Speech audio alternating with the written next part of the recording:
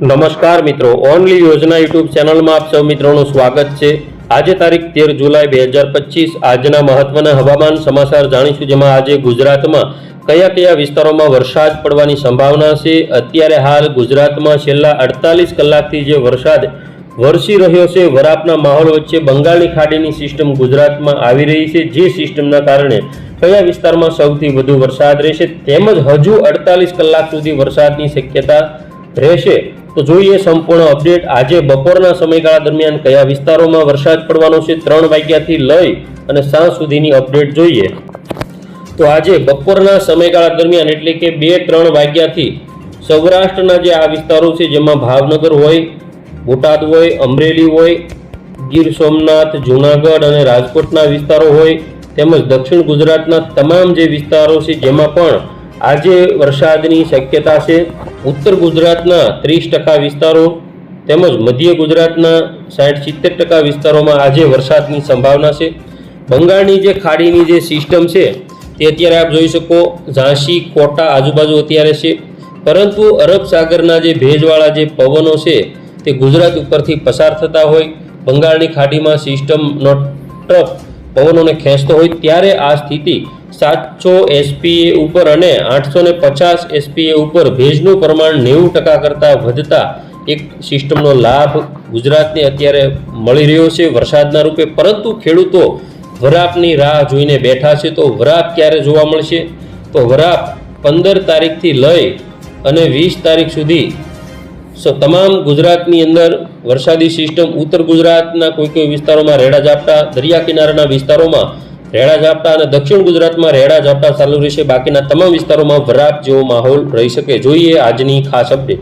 જોઈએ આજે બપોરના 12 થી 1ના સમયગાળા દરમિયાન પણ ગુજરાતના જે વિસ્તારો છે જેમાં વરસાદ આપણને જોવા મળશે, જેમાં સૌથી વધારે વિસાવદર, ધારી, સાવરકુંડલા, તુલસીશાહ, મુના, કોડીનાર, રાજુલા, મહુવા, તળાજા તેમજ પાલીતાણા, સિહોર, ભાવનગર, વલભીપુર આ બધા વિસ્તારો તેમજ જૂનાગઢ સાઈડના જે વિસ્તારો છે, રાજકોટ સાઈડના જે વિસ્તારો છે, તેમજ મધ્ય ગુજરાતની અંદર અમદાવાદ, કપડવંજ, લુણાવાડા, ગોધરા, નડિયાદ, દાહોદ, વડોદરા, છોટા ઉદેપુર, અલીરાજપુર તેમજ દક્ષિણ ગુજરાતની વાત કરીએ તો ભરૂચ, સુરત, તાપી, વલસાડ, નવસારી અને ડાંગ જિલ્લાના જે વિસ્તારો છે, તો આ બધા વિસ્તારોમાં આજે વરસાદની સંભાવના સૌથી વધારે છે।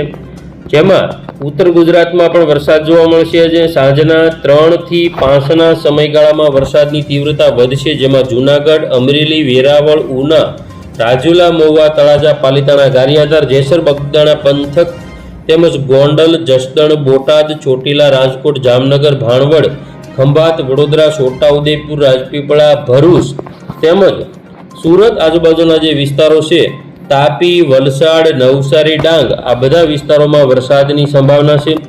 મધ્ય ગુજરાતમાં અમદાવાદ, કપડવંજ, લુણાવાડા, દાહોદ, ગોધરા, નડિયાદ, ધોળકા, હિંમતનગર, ડુંગરપુર સાઈડના ઉત્તર ગુજરાતના વિસ્તારો, આબુ રોડ, પાલનપુર, ખેડબ્રહ્મા, મહેસાણા સહિતના જે વિસ્તારો છે જેમાં આજે વરસાદ આપણને જોવા મળશે। આપ જોઈ શકો છો સિસ્ટમનો જે આખો ઘેરાવો છે, એટલે કે સિસ્ટમનો ટ્રફ તેનું જે કેન્દ્ર બિંદુ છે આ વિસ્તારોમાં છે, પરંતુ અરબ સાગરથી લઈ અને સિસ્ટમ સુધીના જે ભેજવાળા જે પવનો છે જે ગુજરાત ઉપરથી પસાર થતા હોય, ગુજરાતની અંદર વરસાદની સંભાવના છે, ત્યારે નવી સિસ્ટમ પણ બંગાળની ખાડીમાં ડેવલપ થઈ રહી છે। સાંજના 7 વાગ્યાની અપડેટ જોઈએ, જેમાં પણ ગુજરાતની અંદર ઉત્તર ગુજરાતના જે વિસ્તારો છે, મધ્ય પૂર્વ ગુજરાતના જે વિસ્તારો છે, સૌરાષ્ટ્રના સુરેન્દ્રનગર, બોટાદમાં પણ વરસાદ આપણને જોવા મળશે। રાત્રિના 12-1 વાગ્યાના સમયગાળાની વાત કરીએ, જેમાં પણ દક્ષિણ ગુજરાતમાં સુરત, તાપી, વલસાડ, નવસારી, ડાંગ તેમજ વડોદરા, કપડવંજ, લુણાવાડા, દાહોદ, ગોધરા, નડિયાદ, ધોળકા, છોટાઉદેપુર આ બધા વિસ્તારો તેમજ આબુ રોડ, પાલનપુર, મહેસાણા, ખેડબ્રહ્મા, હિંમતનગર, ડુંગરપુર સાઈડના વિસ્તારોમાં વરસાદની સંભાવના છે।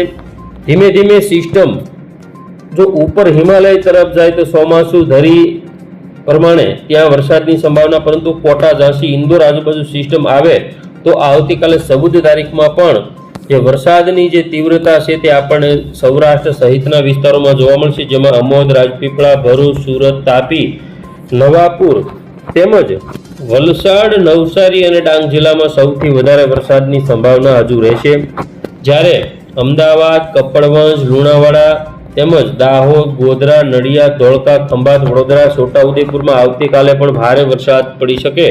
આબુ રોડ, પાલનપુર, ખેડબ્રહ્મા, હિંમતનગર, ડુંગરપુર આ બધા વિસ્તારોમાં પણ વરસાદની સંભાવના આવતીકાલે સવારે રહેશે.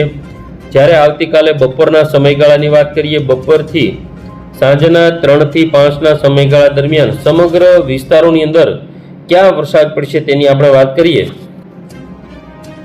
તો આવતીકાલે સૌરાષ્ટ્રના જે વિસ્તારો છે જેમાં રાજકોટ હોય, જૂનાગઢ હોય, પોરબંદર હોય, ગીર સોમનાથ, અમરેલી અને ખાસ કરીને ભાવનગરના મહુવા, તળાજા આજુબાજુના વિસ્તારોમાં ભારે રેડા ઝાપટા જોવા મળશે. જ્યારે રાજપીપળા, ભરૂચ, સુરત, તાપી તેમજ જે વલસાડ, નવસારી અને ડાંગ જિલ્લાના જે વિસ્તારો છે જેમાં પણ વરસાદની સંભાવના રહેલી છે. કપડવંજ, લુણાવાડા, ગોધરા, દાહોદ, અલીરાજપુર, વડોદરા, છોટાઉદેપુર તેમજ ઉત્તર ગુજરાતની વાત કરીએ તો પાલનપુર, આબુ રોડ, ખેડબ્રહ્મા, હિંમતનગર, ડુંગરપુર આ જે તમામ વિસ્તારો છે જેમાં પણ વરસાદ આપણને જોવા મળશે. તો આ રીતે ગુજરાતની અંદર વરસાદની સંભાવના હજુ આગામી સમયમાં જોવા મળશે.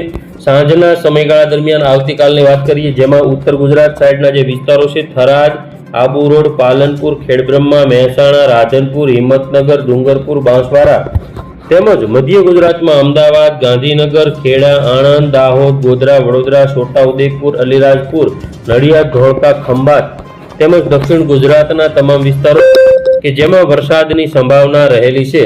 તો જોઈએ હવે આગામી સમયમાં રાત્રે આવતીકાલે તો ઉત્તર ગુજરાત અને મધ્ય ગુજરાતમાં રાત્રે પણ વરસાદ આપણને વધારે જોવા મળશે, જેમાં થરાદ હોય, આબુ રોડ હોય, પાલનપુર હોય, મહેસાણા હોય, ખેડબ્રહ્મા, હિંમતનગર, ડુંગરપુર, રાધનપુર સુધીના વિસ્તારો તેમજ મધ્ય ગુજરાતમાં અમદાવાદ, વિરમગામ, ગાંધીનગર, લુણાવાડા, દાહોદ, ગોધરા, વડોદરા, છોટાઉદેપુર, ખંભાત, નડિયાદ, ધોળકા તેમજ દક્ષિણ ગુજરાતમાં ભરૂચ, સુરત, વલસાડ, નવસારી, ડાંગ, તાપી તેમજ દક્ષિણ સૌરાષ્ટ્રના વિસ્તારો કે જે ભાવનગર આજુબાજુના વિસ્તારો છે તેમાં રેડા ઝાપટા રહેશે. 15 તારીખે મંગળવારથી તીવ્રતામાં ઘટાડો થશે અને 16 તારીખે પણ સૌરાષ્ટ્ર, ઉત્તર ગુજરાત, મધ્ય ગુજરાત સહિતના વિસ્તારોમાં જે વરસાદી સિસ્ટમ હતી તે ઉપર તરફ જવાના કારણે આપણા વિસ્તારોની અંદર ગુજરાતના વિસ્તારોમાં, દક્ષિણ ગુજરાતમાં રેડા ઝાપટા રહેશે. બાકીના વિસ્તારોમાં કહી શકાય કે વરાપ જેવો માહોલ 15 તારીખથી લઈ અને 22 તારીખ સુધી આપણને ખાસ એક અઠવાડિયા જેવો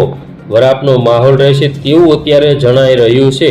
તો આગામી 20-21 તારીખથી ફરી વખત સિસ્ટમો બનશે અને એ સિસ્ટમોની અસર દક્ષિણ ગુજરાત, સૌરાષ્ટ્રના દરિયાકાંઠાના વિસ્તારોમાં થશે, જેમાં ભાવનગર હોય, અમરેલી હોય, ગીર સોમનાથ હોય આ બધા વિસ્તારોમાં રેડા ઝાપટા આપણે જોઈ શકીએ છીએ આ રીતે ચાલુ રહેશે. જેમાં 23-24 તારીખની અંદર આ પ્રમાણ વચ્ચે આ જે વિસ્તારો છે દરિયાઈ પટ્ટીના વિસ્તારો તેમાં વરસાદની તીવ્રતા રહેશે, બાકીના વિસ્તારોમાં વરાપ જેવો માહોલ રહેશે. 25, 26, 27 તારીખથી ફરી વખત એક મોટી વરસાદી સિસ્ટમ જે બંગાળની ખાડીમાં ડેવલપ થઈ ધીમે ધીમે આગળ વધી રહી છે ગુજરાત તરફ. તો 27 થી લઈ 31 તારીખ સુધીમાં ગુજરાતમાં ફરી વખત વરસાદનો રાઉન્ડ આવી શકે છે. ઓગસ્ટમાં પણ માપસર અને મધ્યમ વરસાદો આપણને જોવા મળશે, એટલે કે ખેડૂતો માટે સારા સમાચાર કહી શકાય. તો ખેડૂત મિત્રો આ રીતે વરસાદની સિસ્ટમ સક્રિય છે. છેલ્લા 30 દિવસની અંદર ઘણા બધા વિસ્તારોમાં વરાપ નથી જોવા મળી, જે એક અઠવાડિયાની વરાપ આપણને કદાચ જોવા મળી શકે છે. તો ખેડૂત મિત્રો હવે આપણે જોઈએ પવનની ઝડપ.